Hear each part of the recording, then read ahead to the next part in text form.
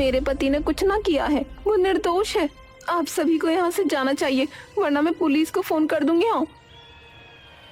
अरे तेरा पति निर्दोष नहीं है, बल्कि वो तो एक नंबर का लालची, धोखेबाज और दोषी इंसान है। हाँ, जल्दी अपने पति को बाहर भेज, नहीं तो हम गांव वाले तेरे घर के अंदर घुस जाएंगे, बता रहे। हाँ अनुराधा बहन, तुम हमारे बीच में मत आओ। अपने पति रामलाल को हमारे हवाले कर दो। उसने हम गांव वालों के साथ विश्वासघात किया है, हम उसको किसी भी हालत में न छोड़ेंगे। हाँ हाँ, बाहर निकालो।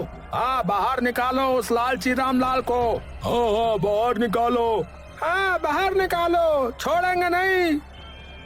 गांव वालों का गुस्सा देखकर अनुराधा घबरा जाती है। देखिए, हम लोग आराम से बैठकर भी तो बात कर सकते हैं ना। भगवान के लिए दया कीजिए, मेरे पति को बख्श दीजिए, उनके अलावा मेरा इस दुनिया में कोई नहीं है। गांव वालों, ये औरत ऐसे नहीं मानेगी, इसके ऊपर पत्थर फेंको। जब ये दर्द से चिल्लाएगी तो इसका पति खुद ही बाहर आ जाएगा। सभी गांव वालों ने पत्थर उठाकर अनुराधा के ऊपर फेंकना शुरू कर दिया। अनुराधा की दर्द भरी आवाज सुनकर रामलाल से रहा नहीं गया और वो बाहर आ गया। अरे अरे, रुक जाइए, रुक जाइए। आप लोगों को जो करना है वो अब मेरे साथ कीजिए। देखिए, मेरी पत्नी का इसमें कोई हाथ नहीं है, वो निर्दोष है, तो उसे छोड़ दीजिए। अरे रुक जाइए, अरे भाई साहब रुक जाओ। अरे अरे रुक जाइए भाई साहब। अरे अरे रामू, अरे श्यामू, अरे रुक जाओ। गांव वाले रामलाल और अनुराधा दोनों पर पत्थर बरसाने लगे। आखिर गांव वाले उन दोनों पर पत्थर क्यों बरसा रहे थे? इसके पीछे क्या वजह थी? वजह जानने के लिए हमें 1 साल पहले की कहानी जाननी होगी। 1 साल पहले। क्या बात है जी, आज आप बड़ा खुश लग रहे हैं। अरे खुश कैसे नहीं रहूंगा, आखिर आज हमारी शादी की सालगिरह है। अरे, आपको हमारी शादी की सालगिरह याद थी? मुझे तो लगा कि काम की वजह से आप भूल गए होंगे। अरे, मैं काम की वजह से हमारी सालगिरह नहीं भूल सकता। हाँ, क्योंकि मेरा काम आज जिस भी मुकाम पर है सिर्फ तुम्हारी वजह से है। अच्छा, आंख बंद करो जरा, देखो मैं तुम्हारे लिए कुछ तोहफा लेकर आया हूँ। अरे वाह, तोहफा लाइए, जल्दी दीजिए। अरे पहले अपनी आंखें बंद तो करो भाई। हाँ, ठीक है, ये लो, अब तुम अपनी आंखें खोल सकती हो। हाँ। अरे वाह, ये साड़ी तो बहुत खूबसूरत है, आप सच में बहुत अच्छे हैं, दुनिया के सबसे अच्छे पति हैं। दोनों इस तरह से बहुत खुश थे। उसकी शादी अनुराधा से हुई तो उसने अपनी पत्नी के कहने पर खुद की एक छोटी सी जलेबी की दुकान खोल ली। दोनों मिलकर अपनी दुकान चलाते थे। अनुराधा जलेबियां बनाती थी और रामलाल उन्हें बेचता था।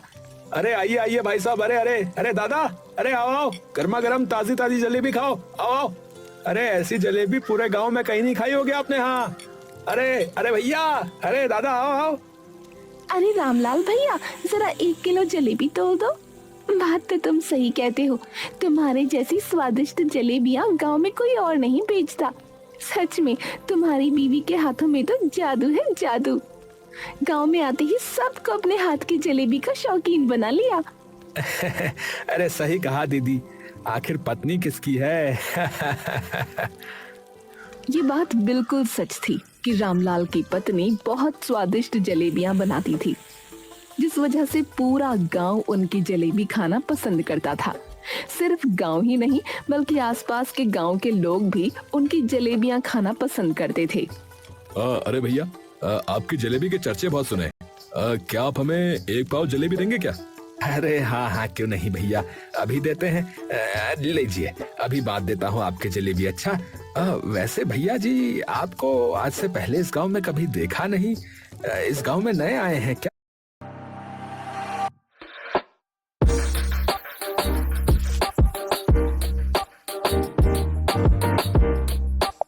नहीं नहीं भाई, दरअसल मैं अपने दोस्तों के साथ शहर से यहाँ घूमने आया था, फिर कुछ लोगों से आपकी जलेबी के बारे में सुना, तो इसीलिए बस यहाँ जलेबी लेने आ गया।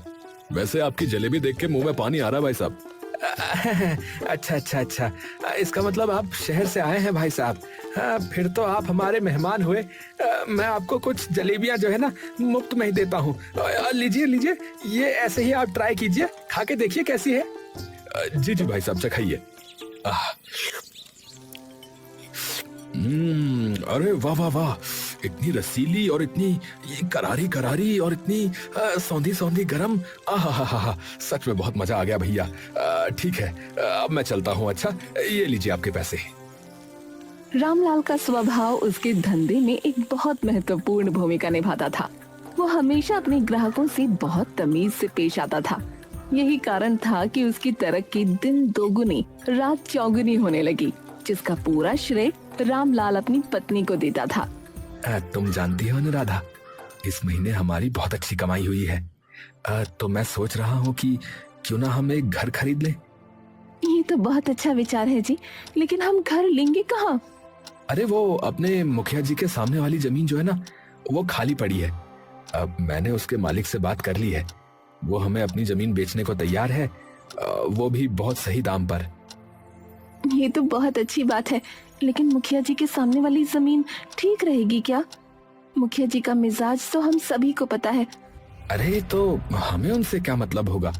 मैंने देखो विचार कर लिया है, मैं वही जमीन लूंगा और जल्द ही वहां पर काम भी शुरू करवा दूंगा। हाँ, लेकिन मैंने सोचा है कि जब तक हमारा मकान बनकर तैयार नहीं हो जाता, तुम ये बात किसी को बताना मत। अच्छा? मैं समझ गई। रामलाल मुखिया के सामने वाली जमीन खरीद तो लेता है और वहाँ पर घर बनवाना शुरू कर देता है, लेकिन गांव में अभी किसी को नहीं पता था कि वो घर रामलाल बनवा रहा है। एक दिन, अरे मुखिया जी, आपके घर के सामने इतना आलीशान घर कौन बनवा रहा है? क्या सामने वाली जमीन भी आप ही ने तो नहीं खरीद ली? अरे हरिया काका, यही तो मैं भी पता लगाने में लगा हूँ कि आखिर ये जमीन खरीदी किसने है। किसके अंदर इतनी हिम्मत आ गई जो मेरे ही घर के सामने मुझसे ज्यादा आलीशान घर बनवा रहा है। अगर पता लग जाए तो अच्छी खटिया खड़ी करूंगा उसकी। कुछ समय बाद रामलाल का घर बनकर तैयार हो जाता है। गृह प्रवेश वाले दिन पूरे गांव को पता चलता है कि वो घर रामलाल का है। क्या बात है अनुराधा, तुमने तो चोरी छुपे पूरा घर बनवा लिया, किसी को कानो कान खबर तक ना लगने दी। ऐसी बात नहीं है भाभी जी, वो दरअसल घर बनवाने में कोई अड़चन ना आए, इसलिए मैंने और मेरे पति ने गांव वालों से ये बात छुपाई थी। मुखिया को जब इस बात का पता लगता है तो वो आग बबूला हो जाता है। हाँ, उस दो कौड़ी के रामलाल की इतनी हिम्मत कि उसने मेरे घर के सामने अपना एक आलीशान घर बनवा लिया। मुखिया जी, उसका घर तो सच में बहुत आलीशान है। उसके घर के आगे बुरा मत मानिएगा मालिक, अब आपका घर तो कुछ भी नहीं लगता है। शायद वो आपसे ज्यादा अमीर हो गया है मालिक। हैं? क्या कहा तूने? जलेबी वाले की तुलना तू मुझसे करता है? चाहे वो कितना भी बड़ा घर बनवा ले, रहेगा तो वो दो कौड़ी का जलेबी वाला ही ना। माफ करना मुखिया जी, छोटा मुंह बड़ी बात हो गई, लेकिन वो जलेबी वाला अब आपसे कहीं ज्यादा मशहूर और अमीर भी हो गया है मालिक। कुछ दिन, सिर्फ कुछ ही दिनों में मैंने उसे फिर से फकीर ना बना दिया ना, तो मैं भी मुखिया नहीं। चलिए जी, सब कुछ अच्छे से निपट गया। आपने मुखिया जी के यहाँ न्योता नहीं भिजवाया था क्या? कोई आया नहीं उनके यहाँ से? अरे पता नहीं क्यों नहीं आए। तुम ऐसा करो, तुम थोड़ी मिठाइयाँ पैक कर दो, मैं उन्हें घर देकर आता हूँ।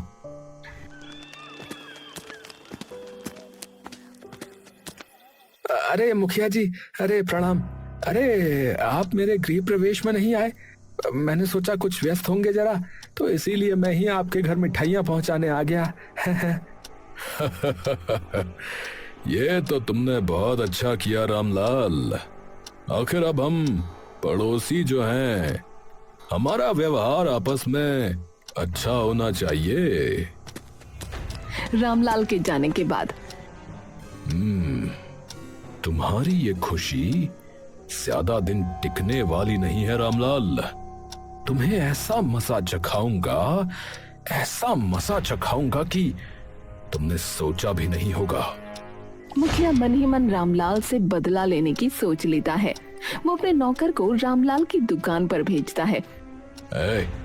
तुम समझ गए ना कि तुम्हें क्या करना है? जी जी मालिक, मैं समझ गया कि मुझे क्या करना है। और मैं ये भी समझ गया कि किसी भी हालत में अगर मैं पकड़ा गया तो मुझे आपका नाम नहीं लेना है। बहुत अच्छे। अब जाओ और अपना काम करके आओ। तुम्हें लगातार 1 हफ्ते तक ऐसा करना होगा और उसके बाद मैं तुम्हें मुंह मांगी कीमत दूंगा और फिर तुम पैसे लेकर ये गांव छोड़ कर चले जाना, समझे? जैसा आप ठीक समझे मालिक, ठीक है।